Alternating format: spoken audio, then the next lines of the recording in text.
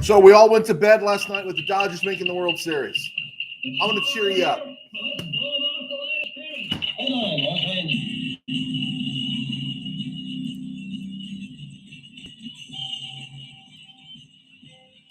Live from the Ram Cave, I'm Joe Terozine, and this is RamView, Part 2 edition for October the 18th, 2025, brought to you by Kistler Law Firm.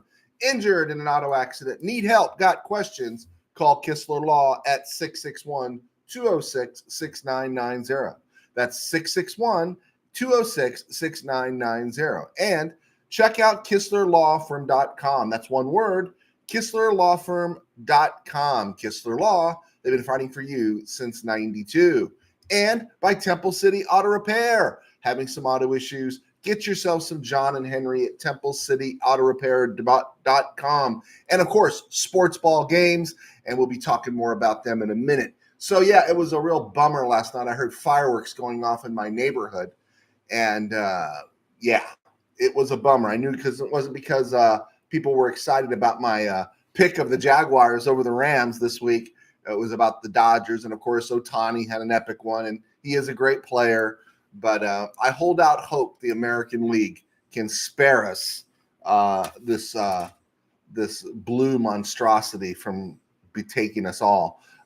So we didn't get a chance to get our picks yesterday because I had a problem with the connection late in the show. Something started buffering, messing up with the audio. You guys let me know. It's just a ghost in the machine, man. It's not my machine.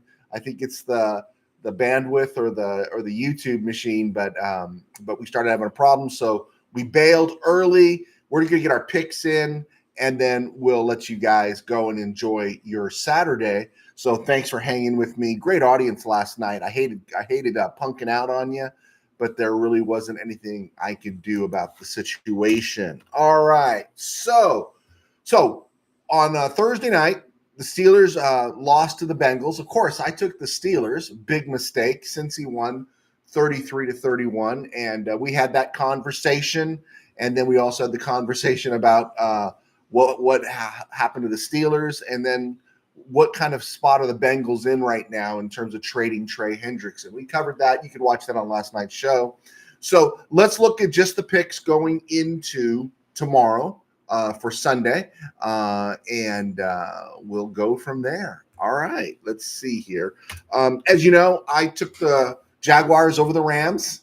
I predicted a 17-13 score, and my argument was, as I was putting together my picks, I looked at it and I said, I hope the Rams can win, and it really made me upset that I included hope in the process because of how good this Ram team is and how lousy it's played through the first 6 weeks of the season collectively. And they haven't put together 4 quarters. And the Jaguars are winning sloppy games. On talent, on paper, the Rams should smoke these guys. But the Rams never play like they're supposed to play. Jaguars' secondary is not great. Their front is pretty good. They can go after the ball a little bit. Good test for Warren McClendon at right tackle.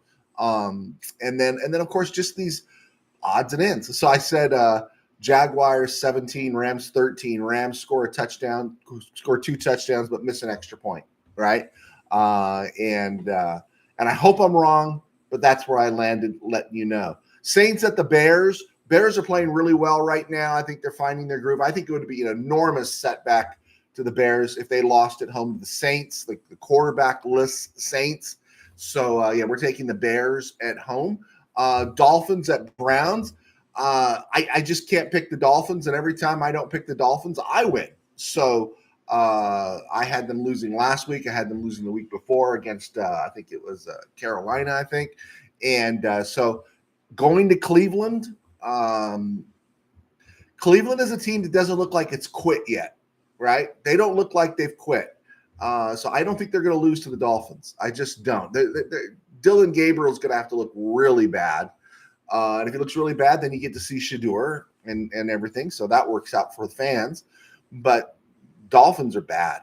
I mean, they're not bad talent-wise. They're just bad between the ears and in the coach's room. And Mike McDaniel, man, I hope he's got his bags packed, right? Because he's leaving on a jet plane, right? He's gone. Raiders at Chiefs. I thought the Raiders would be a little more competitive at this point in the season. Geno Smith's been somewhat of a disappointment, a big disappointment. Chiefs are kind of coming into their own, taking the Chiefs at Arrowhead. Eagles at the Vikings. I went back and forth on this one because I think the Eagles are due for a collapse, but I have always felt the Vikings are way overrated. It's almost like some of the KBM, the Kiss Butt Media, feels like they purchased stock in the Vikings. And so I am leaning Eagles in this one with Carson Wentz not getting a victory over his former team. Panthers at Jets. Garrett Wilson is doubtful. Not that it matters. When your receiver is doubtful, it's okay that your quarterback is horrible because he can't get the ball to him. So Panthers at Jets, we're going to go with the Panthers. And honestly, I know Garrett Wilson makes a truckload of money, but some team should make a move for Garrett Wilson, and the Jets should be open to trading Garrett Wilson because they're not going anywhere. They're not going anywhere for quite a while, right? And let's just say that Aaron Glenn follows the Dan Campbell trajectory. What was Dan Campbell his first year? What was it, like 3-13-1, something along those lines? And then they got hot in the second half of the second season, and then they've become the Lions we know the last couple of seasons. But here's the thing, though. He had Jared Goff to work with, right? Aaron Glenn has nothing to work with. Now, it looks like they made a mistake in getting rid of Aaron Rodgers. Aaron Rodgers looks great right now for the Steelers, but we also know with the Jets that Aaron Rodgers is not exactly Mr. Personality. He's not the guy you want around young players. I know when he got tackled, was it Broderick Jones tackled him in celebration? He could have said, "Hey man, dude, chill out," but instead he kind of blew up at the kid and made a scene. And while he's a great quarterback, he's not what you want around young players. So I'll give the Jets a pass on that. But they should look to be trading. Was it Quinnen Williams? Or they should look to be trading Garrett Wilson. Team like the Steelers should be looking to go and say, hey, maybe we should go get a Garrett Wilson. Something's not perfect about our defense, but our offense with a Garrett Wilson and a DK Metcalf, man, that could make all the difference with those tight ends. But I'm taking the Panthers against the Jets. We're always talking about the Jets. The Panthers have surprised me. I'm going Panthers in this one. Patriots at the Titans. Going Patriots right now. Mike Vrabel and Drake May, that scares me as a combination going forward. Without a quarterback, after a couple of years at Tennessee, Vrabel was a tough out, and he was a tough out for the Rams. I can remember the Rams struggling against the Titans, but I think Vrabel and Drake May in New England, Tennessee doesn't stand a chance, and it'd be a weird hiccup if the Patriots lost this game. Giants at Broncos. Giants are playing well. Better than they thought. Broncos right now, they're winning, and everyone's after Bo Nix. I think Bo Nix is fine. Broncos have a good defense too, and I'm taking the Broncos in this game. Colts at Chargers. I'm going Colts. They're going to get their SoFi redemption. Adonai Mitchell will hold on to the ball into the end zone this time, and it's just tough to pick the Chargers sometimes because of the Spanos curse. I picked them against the Dolphins because, you had the Spanos curse, but you also had Mike McDaniel. So, I went Chargers last week, but I'm going Colts in SoFi this week.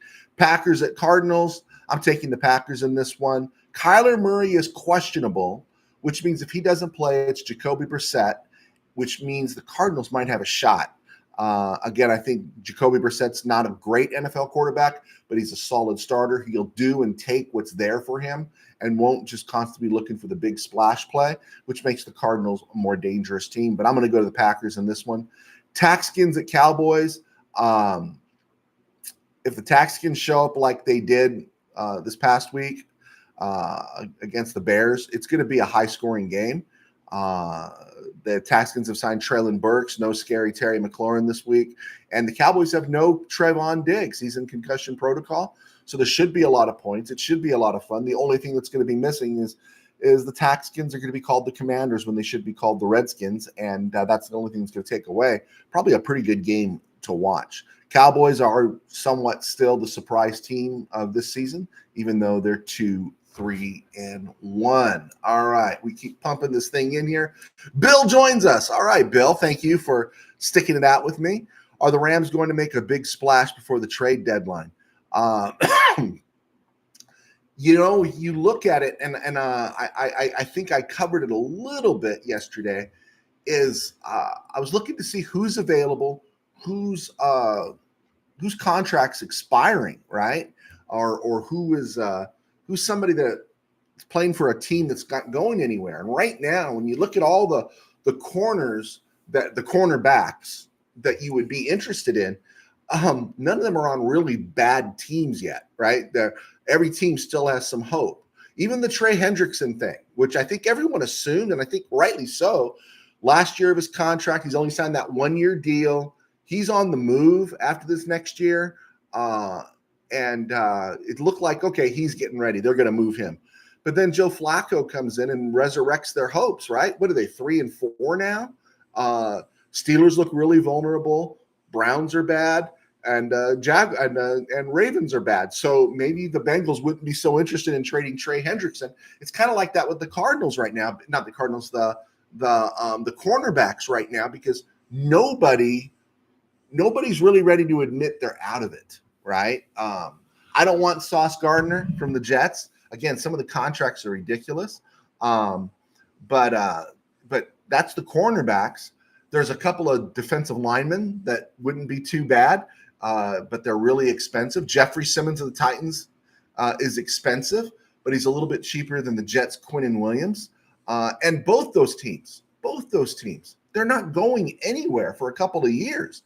Titans don't have a new head coach. They might as well stockpile some draft picks. And Quinnen Williams, he's not making any difference there with the Jets. And he's got a monster contract. These got one of these guys will cost the Rams a first-round pick at this point in the season. But yeah, I think I would spend the capital on those guys at this point. But other than that, where are you going to make a move? I don't know if there's a lot of space there for you to make a move anywhere. I think the Nakua injury is not serious, so the Rams aren't desperate in the wide receiver room. In fact, it runs kind of deep. I think we're confident there.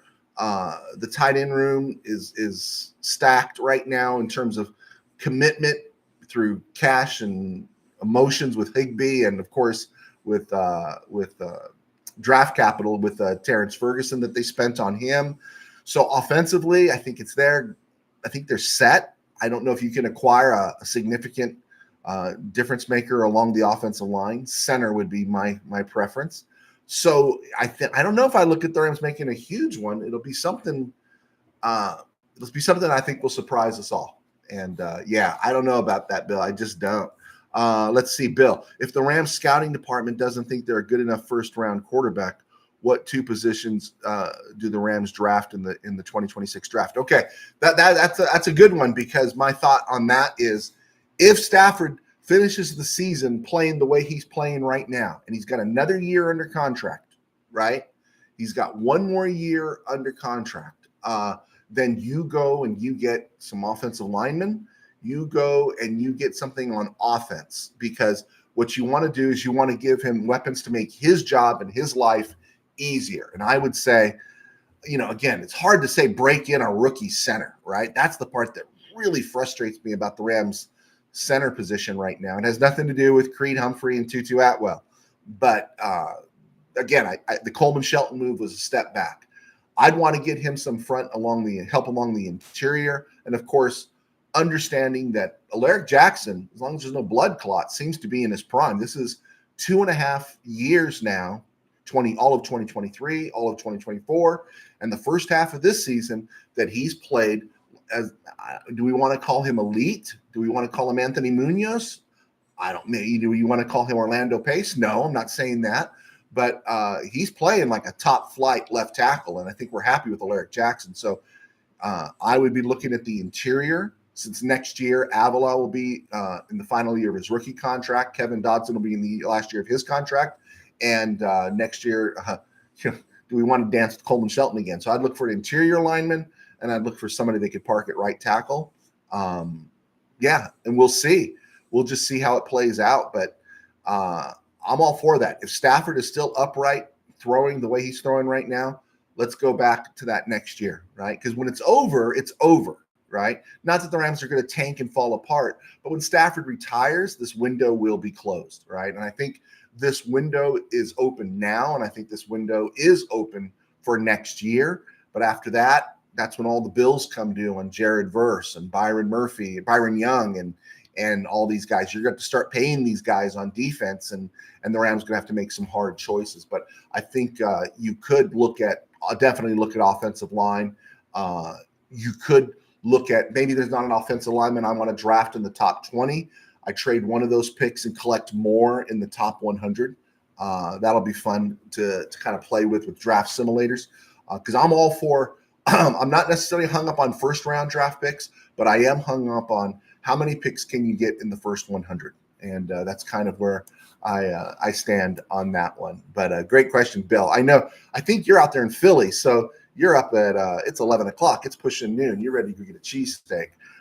So my voice sounds like I haven't had my breakfast yet, and it's right, I haven't. All right, Sunday night game, Falcons at 49ers. A lot of back and forth. Like, of course, we want that draft pick from the Falcons to be great. We want the Falcons to lose every game, and they're not going to. They are competitive, and they're 3-2, and they're going to Frisco to play the 49ers 4-2. And right now, because of the Rams' record inside the NFC, they're 0-1 in the division. Of course, I think we all kind of came to a consensus this week that we're rooting for the 49ers, just because we're rooting against the 49ers because we understand we don't want anything come down to a tiebreaker, right? And so I want to see that 49er collapse, because they're holding on by a string. They're like the guys in the Alamo, right? They just keep holding on. And it's like, man, somebody deliver the knockout blow, right? Somebody blow the DeGuayo and tell them no prisoners are taken and wipe those dudes out. George Kittle is expected to play for the 49ers, but Brock Purdy and Ricky Pearsall are not. And even Marquez Valdez-Scantling is going on the IR.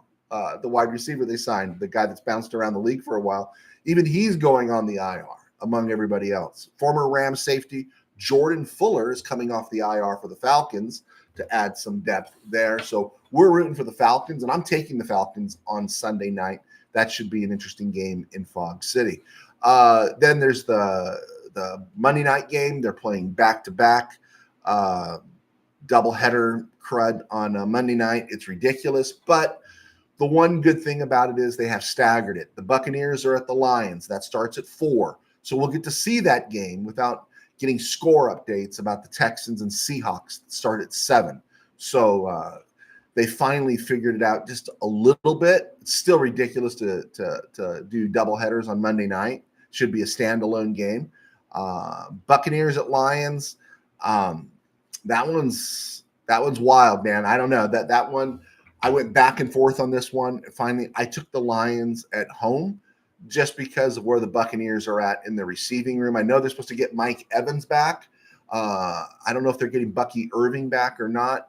I like the Buccaneers, as you guys know, but I like the Lions at home just a little bit better. Texans at Seahawks, rooting for the Texans. Of course, we're rooting for the Texans.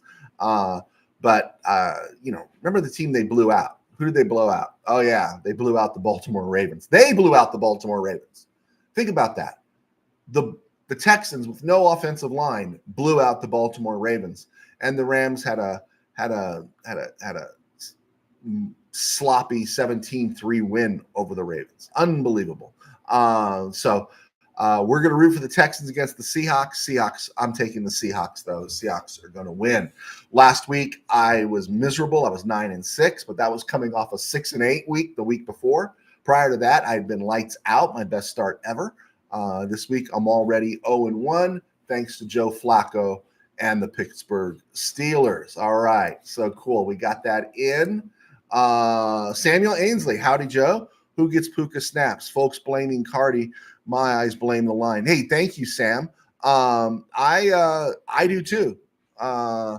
I'm not ready to sell Cardi out just yet. I'm more on Chase Blackburn and the protection, because I got to think, you get that many kicks blocked, that's not the kicker, man. At a certain point, it's like it's going to mess with his mindset, right? So he doinked that one in Baltimore, and McVay kind of called him out a little bit.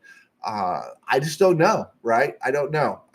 Cardi was lights out down the stretch last year. He can kick in this league, and so I don't think that's a problem for the Rams in terms of his foot. I think it is the schematics and the way Blackburn's running those kicking teams.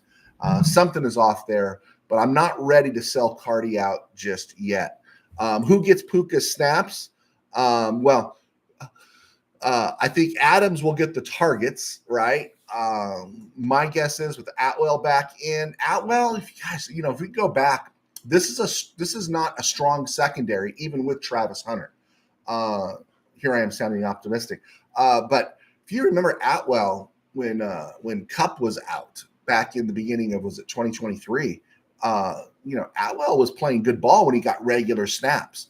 So I got to believe Atwell's going to get him, and I got to believe Whittington's going to get him, and I think we're going to get a dosing of Xavier Smith and Kanata Munfield. Munfield caught his first pass. They actually threw a little hitch pass, and it seemed like, hey, let's get this kid a touch.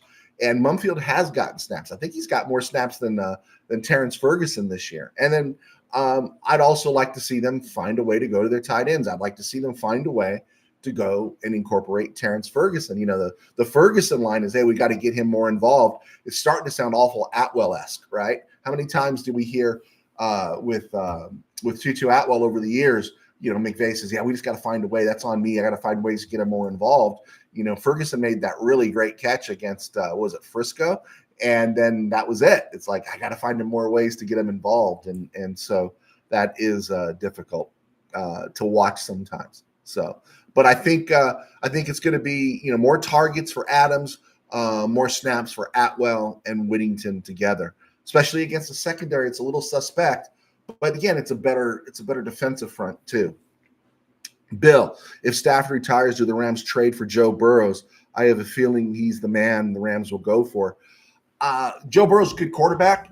I'm not as crazy about him as everyone else is, but my thing about him is I can get past that if the guy can stay healthy.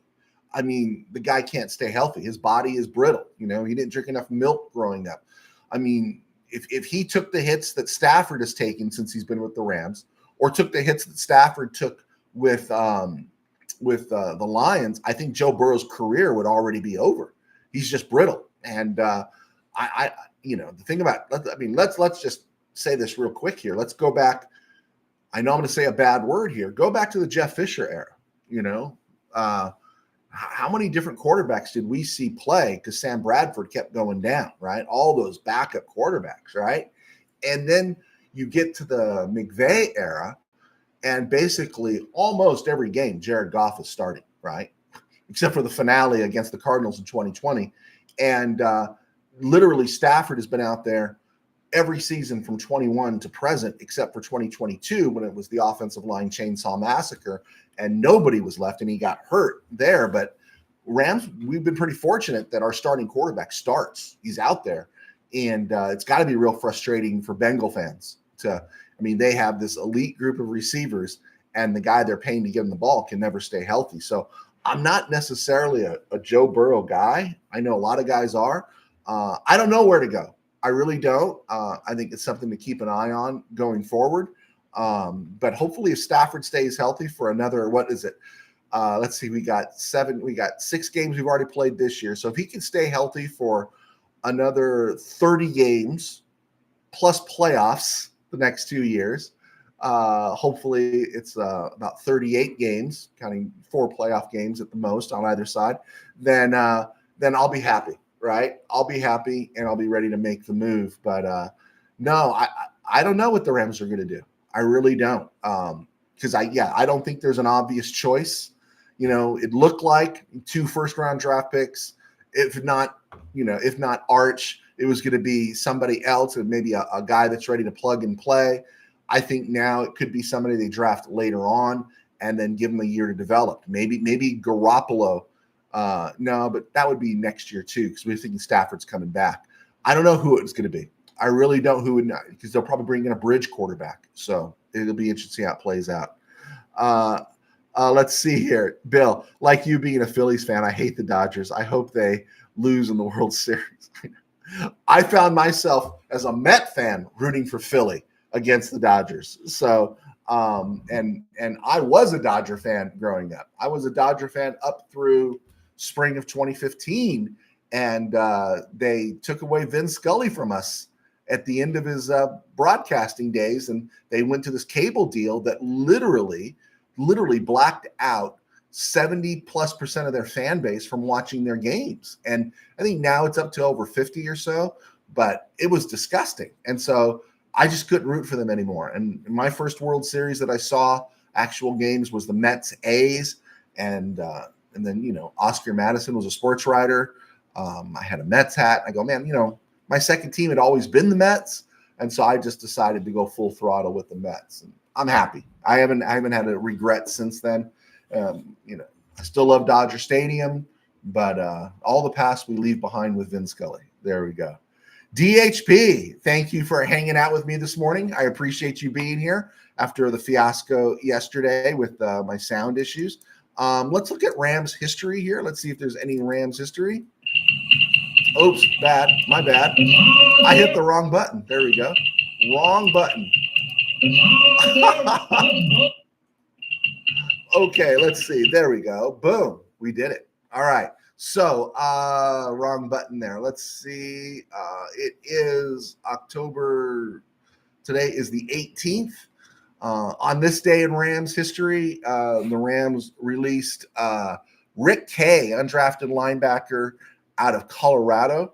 And Rick Kay was a guy that they were developing. They looked like he was ready to start, and he was starting. And he kept blowing out his knee, and they ended up putting him in the street. He ended up with the Falcons, and he died in a car accident in Colorado. I'm sorry, I don't know where it was in Colorado. I think it was out in the Valley back in 1998. But Rick Kay was always a guy that looked like he was going to be something.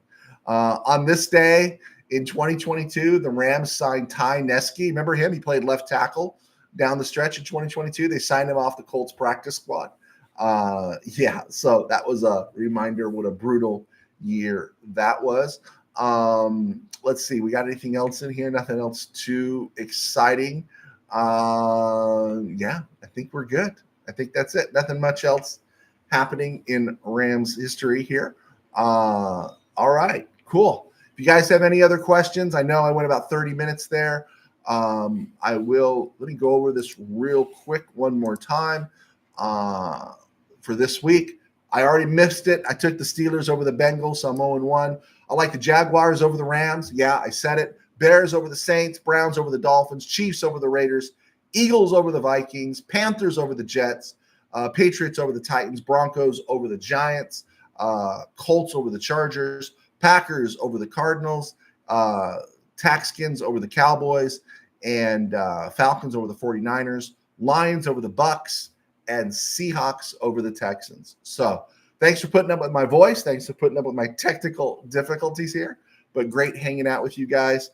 Thank you for being with me. And check us out soon. We'll be back probably sometime, if not early Monday morning, Monday or Sunday late afternoon, talking about the Rams Jaguars. Hopefully a Rams win, but I don't like assigning hope. So, all right, guys, God bless. Take care. We will talk to you soon.